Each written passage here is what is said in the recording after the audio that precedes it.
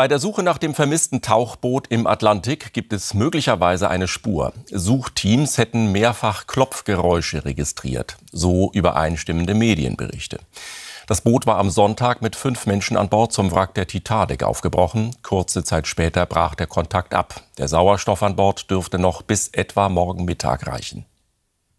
Laut US-Medien gibt es womöglich Hinweise darauf, dass die Passagiere an Bord des Titanic-Tauchboots noch am Leben sind. Suchteams haben gestern Klopfgeräusche unter Wasser vernommen, eine Art Hämmern, alle 30 Minuten. Das geht aus einem geheimen, offenbar geleakten Bericht der US-Regierung hervor.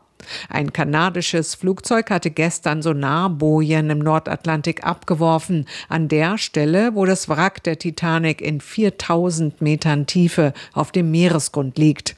Diese Sonarbojen hatten die Aufgabe, nach Geräuschen des verschollenen Tauchboots zu forschen. Nachdem zusätzliche Sonargeräte abgesetzt wurden, waren die Geräusche immer noch zu hören. Nach Angaben von CNN ist jedoch nicht bekannt, wann das Hämmern zu hören war und wie lange. Das Mini-U-Boot Titan der Betreiberfirma OceanGate mit 5 Menschen an Bord war am Sonntag zu einer Tauchfahrt zum Wrack der 1912 gesunkenen Titanic aufgebrochen. Der Kontakt zum Begleitschiff war nach knapp 2 Stunden abgerissen. Wenn sie nicht auf der Oberfläche treiben, wird die Rettung sehr schwer. Selbst unsere militärischen Rettungs-U-Boote sind nicht dafür gemacht, so tief zu tauchen. Etliche Schiffe und Flugzeuge sind Tag und Nacht im Einsatz, um nach dem verschwundenen Tauchboot zu suchen. Und zugeschaltet ist jetzt der Unternehmer Arthur Leubel, der vor 2 Jahren selbst mit genau diesem nun vermissten U-Boot einen Tauchgang zur Titanic unternommen hat. Wir erreichen ihn heute am Berliner Flughafen. Guten Tag, Herr Leubel. Guten Morgen. Bei dem Hintergrundwissen, das Sie haben, mit welchen Gedanken verfolgen Sie jetzt die Suchaktion?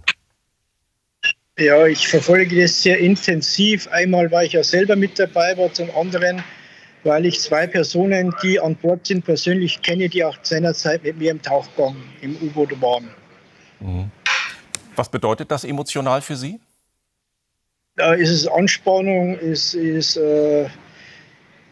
Schmerz, es tut weh. Man ist mit dem Gedanken bei den Personen, auch bei den 3, die man nicht kennt, bei den Familien und es muss sich da unten also wirklich eine Tragödie abspielen, in dem U-Boot so lange drin zu sein, muss furchtbar sein. Die Klopfgeräusche, die jetzt aktuell gemeldet werden, laut Medienberichten, geben die auch aus Ihrer Sicht Anlass zur Hoffnung, dass die Menschen an Bord noch leben könnten? Also die Berichte, wo ich gehört habe aus Amerika jetzt, dass diese Geräusche wieder verstummt sind, hoffen wir das Allerbeste. Natürlich können solche Geräusche lokalisieren, aber dann müssen sie das U-Boot auch noch nach oben bringen. Können Sie sich zusammenreimen, Herr Leubel, warum das abzusuchende Gebiet überhaupt so groß ist? Der Laie würde ja annehmen, dass das Boot sich ständig in der Nähe des Titanic-Wracks befindet. Naja, also man kann da mutmaßen, wir hatten seinerzeit erhebliche Probleme mit der Elektrik, mit den Batterien. Meine persönliche Meinung, wie gesagt, Meinung ist, die haben Stromausfall. Damit können sie das U-Boot weder lenken noch Kontakt aufnehmen. Und es herrscht da alle paar 100 Meter eine andere Strömung. Und die Strömung ist da unten nicht gerade wenig und man weiß nicht, in welche Richtung das U-Boot, wenn es abgetrieben wird, wo es hingeht. Ist dann also eine Suche in die Stecknadel im Heuhaufen. Wie ist es denn, in diesem Boot zu sein, normalerweise? Sie müssen sich vorstellen, ungefähr 2,50 Meter ist die Sitzfläche lang. Man kann da drin weder sitzen noch stehen, also man kann nur sitzen, man kann weder stehen noch knien. Man darf keine Berührungsängste haben, weil ja die Füße übereinander stehen. Es ist sehr, sehr eng, dunkel, man darf keine Platzangst haben. Und es gibt ja auch, glaube ich, nur wenige Fenster, um nach draußen zu gucken. Wenn man das Mini-U-Boot von außen sieht, da ist da, glaube ich, nur 1 oder 2 Gucklöcher. Nee, es gibt nur ein Fenster mit ungefähr 40 cm Durchmesser. Unbestätigten Berichten zufolge, was ich heute aus Amerika bekommen habe, soll dieses Fenster nur eine Zulassung bis 1300 Meter Tiefe haben. Wie gesagt, unbestätigte Berichte, die heute reingekommen sind. Und was denken Sie aus Ihrer Erfahrung heraus, wenn man schon mal in einer normalen Situation dort drin gesessen hat? Wie muss man sich die Situation jetzt wohl in dieser Not vorstellen? Sie müssen sich vorstellen, es ist keine Toilette an Bord, es ist gar nichts an Bord. Die Leute sitzen am Boden, eng aneinander geprescht. Es hat ungefähr 4 Grad, wenn die da unten sind. Und Sie wissen, Sie haben für 92 bis 96 Stunden Sauerstoff. Und jede Stunde, wo verrinnt, muss immer grausamer werden. Also ich will mir die Situation gar nicht vor Augen malen. Es muss grausam sein, was die Leute gerade mitmachen. Sie haben ja gerade eben schon selbst erwähnt, dass es damals schon Probleme mit der Elektrik gab. Und nun wird auch von verschiedenen anderen Sicherheitsmängeln bei diesem Boot berichtet. Was haben Sie denn bei Ihrer Tour noch wahrgenommen von Mängeln? Also bei meiner Tour ist beim Ablass ins Wasser sind die Stabilisierungsrohre, die außen am U-Boot angebracht sind, um das U-Boot im Wasser rückzuhalten, auf einer Seite abgerissen.